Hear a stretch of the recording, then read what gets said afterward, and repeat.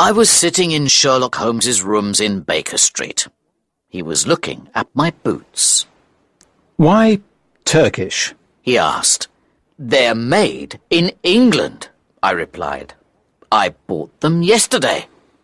"I can see that," he said. "Anyway, I didn't mean your boots. I meant the bath. Why did you have a Turkish bath?" It's good for my health," I said. "I wanted a change." "You shouldn't let the assistants at the baths tie your bootlaces. You tie them better yourself." I looked at my laces and saw the knot was in fact tied a little differently to the way I usually tied my knots. Incredible, I thought. He notices the smallest differences. "If you really want a change, Watson, I have a job for you. You can go to Switzerland, all expenses paid. I have a case I must investigate there, but I don't want to go too far away. Besides, I prefer my housekeeper's cooking to the food abroad. Mrs. Hudson makes an excellent lunch, if you'd like to stay." "Thank you," I replied, "but I can't stop. I must go back home." Holmes ordered lunch anyway. "I think Scotland Yard would prefer to see me in London," he continued. "There's one criminal in particular who will happily take advantage of my absence, but that is not something I can discuss at this moment." "I'd like to hear more," I said. "Lady Frances Carfax," he began. "the daughter of the late Earl of Ruffton, is around 40 years old. She is very beautiful for her age. She has the advantage of wealth and the disadvantage of having none of her own. Her brother owns the family home, whereas she has no fixed address and no husband. She has some valuable Spanish jewellery, which she carries with her everywhere. I'm afraid that she may be in danger." "I don't understand," I said. "Is Lady Frances Carfax in Switzerland?" "An interesting question," he replied. "Is she there, or somewhere else? Is she alive, or is she dead? Her family last heard from her more than 5 weeks ago. She has a friend in England she often writes to. She has had no letters from her."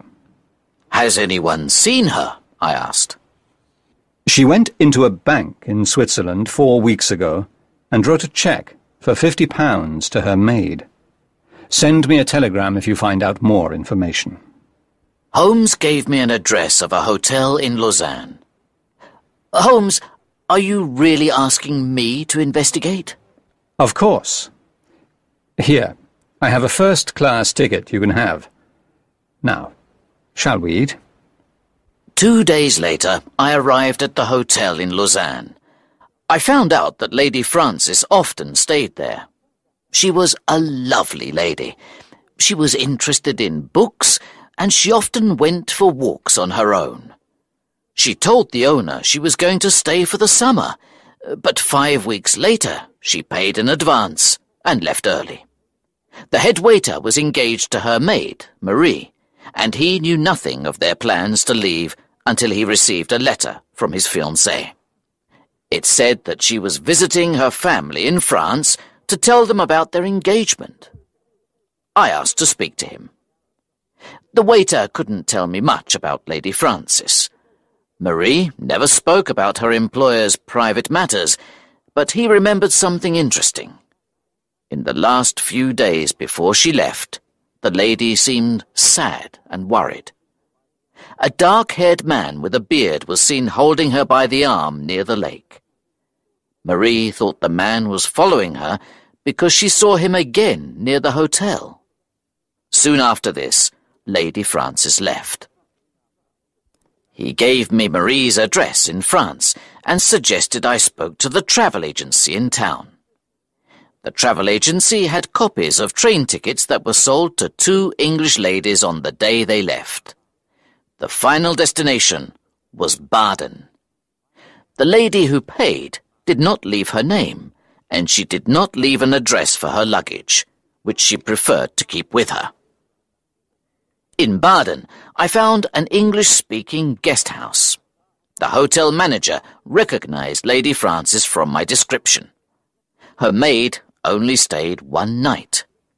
The lady was friendly with two guests, Dr. Schlesinger and his wife.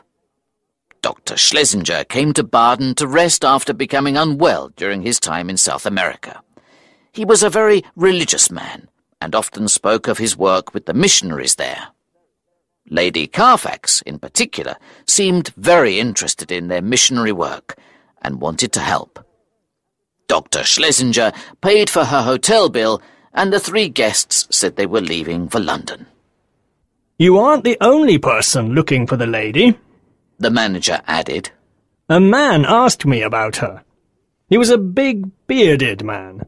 I think he was English, but I didn't recognize his accent.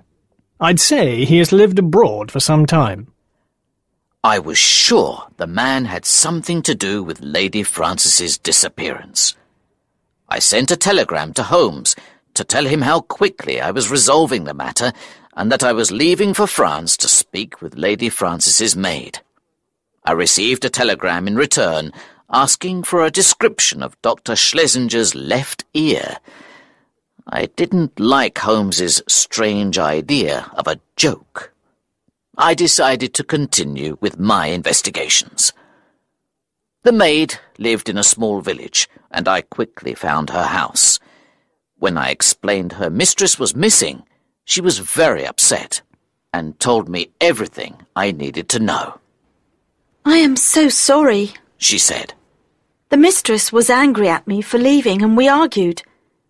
When I left, she gave me a letter. There was a cheque for £50 as a wedding present. She is such a kind lady, but she has not been the same since she saw that man by the lake in Lausanne." "Which man?" I asked. "Describe him to me." Just as she began describing the man, she screamed loudly at her face at the window. "There he is!" she cried. "The man I told you about! He's following us!" I ran out of the door and down the street, and there he was. He was a giant of a man. He was tall with wide shoulders, a dark beard and big dark brown eyes. His skin was brown from the sun.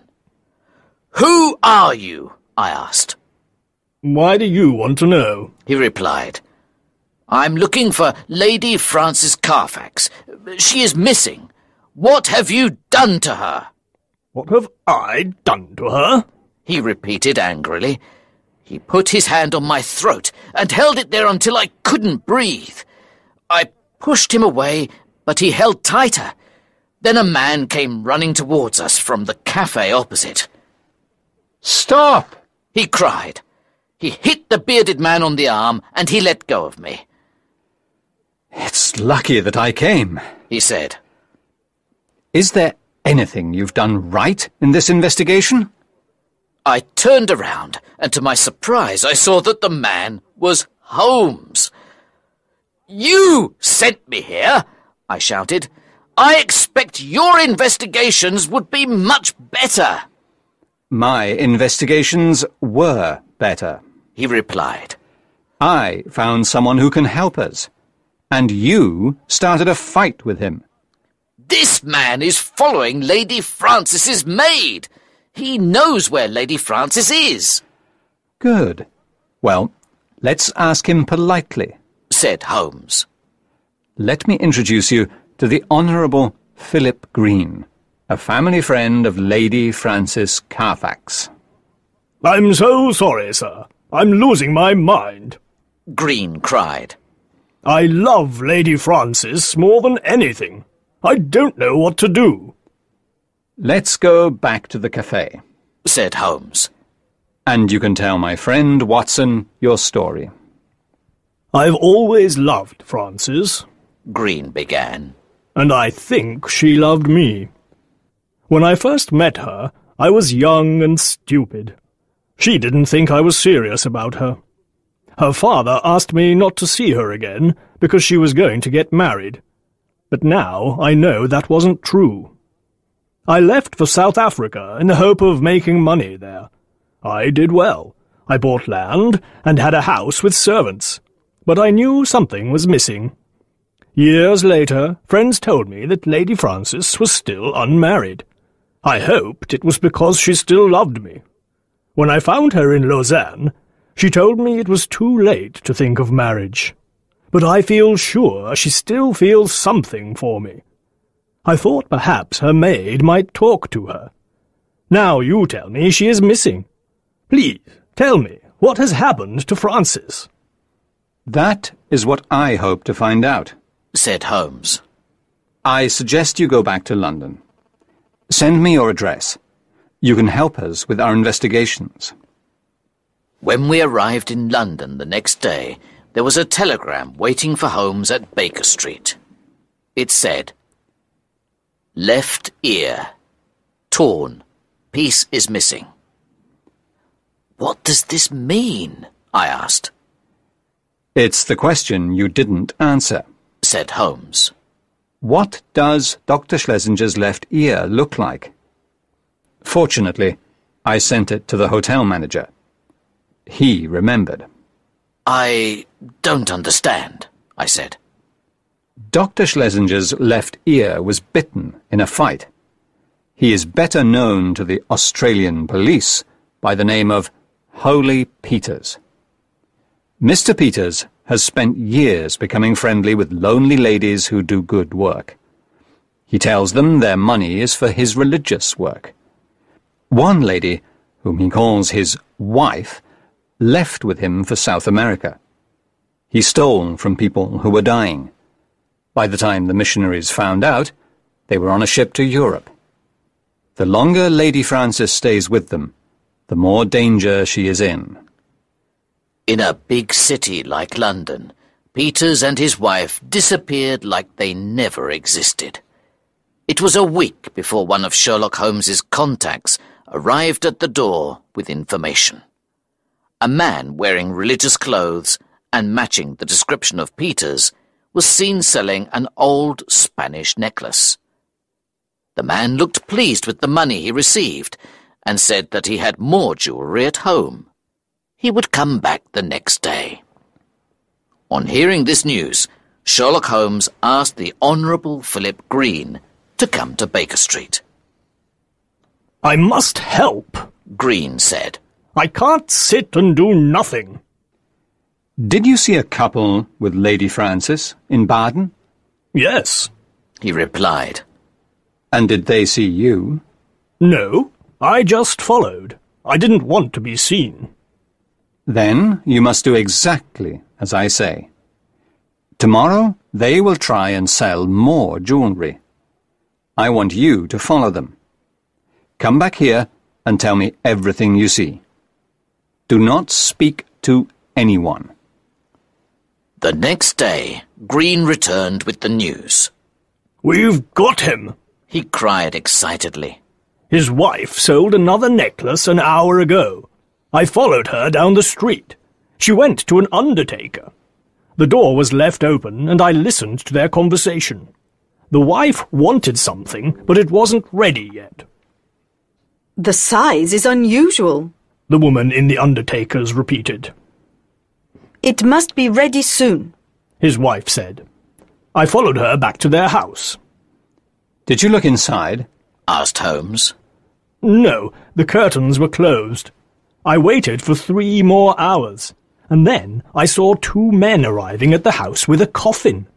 Mr. Holmes, what if the coffin is for Lady Frances? Excellent work, Green, said Holmes. Leave the rest to us. Watson, let's go. There is not a moment to lose.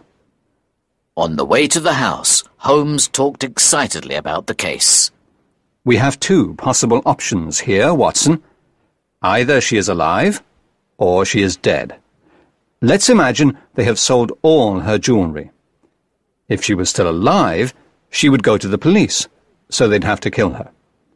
If they want to bury her in a coffin, they'll need a death certificate. Did the doctor think it was a natural death? I'm guessing it was some type of poison.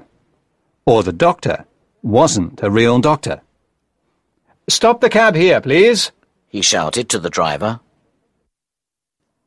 I knocked loudly on the door of the house. A pale, thin lady answered. I want to speak with Dr. Schlesinger, Holmes said. He doesn't live here, The lady said. Holmes put his foot in the door and held it open. A bald, red-faced man appeared. I knew straight away that he was the man we were looking for, because I recognized his torn ear. My name is Mr. Peters, He said politely. There is no one called Dr. Schlesinger in this house. I think there must be a mistake, gentlemen. I don't have time for this, Cried Holmes. If you're not the man I'm looking for, then I'm not Sherlock Holmes. Where is Lady Frances Carfax? Mr. Holmes, you say? I met a lady by the name of Lady Frances in Switzerland. She said she had no money. I paid her hotel bill and her ticket home. She gave me some jewellery in return. Unfortunately, it was worth nothing. I hope you find her, He added in the same soft voice. You can be certain that I will find her. Said Holmes. In this house. I'm sorry. Said Peters. You can't come in. You don't have a warrant.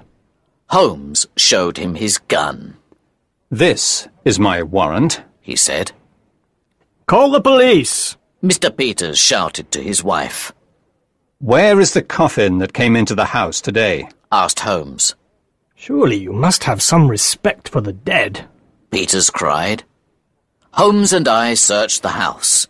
The coffin was in the dining room. Peters followed behind us. Open the coffin. Shouted Holmes. Never! I won't open a closed coffin. He replied. Then I will. Said Holmes. He took out a knife. Watson, help me lift the lid, please. We pushed up the lid, and there, at the bottom of a very big coffin, was a poor old lady of 90 years old. Even I could see that she was not Lady Frances. Sherlock Holmes looked pale. He shut the lid angrily. Mr. Peters was laughing loudly. Oh, I'd pay money to see that again. The man I've heard so much about, the great Sherlock Holmes, has made a mistake. Who did you think you were going to find? Lady Frances, perhaps? Who is the woman in the coffin? Asked Holmes impatiently. We are kind people, Mr. Holmes. She was my wife's nurse.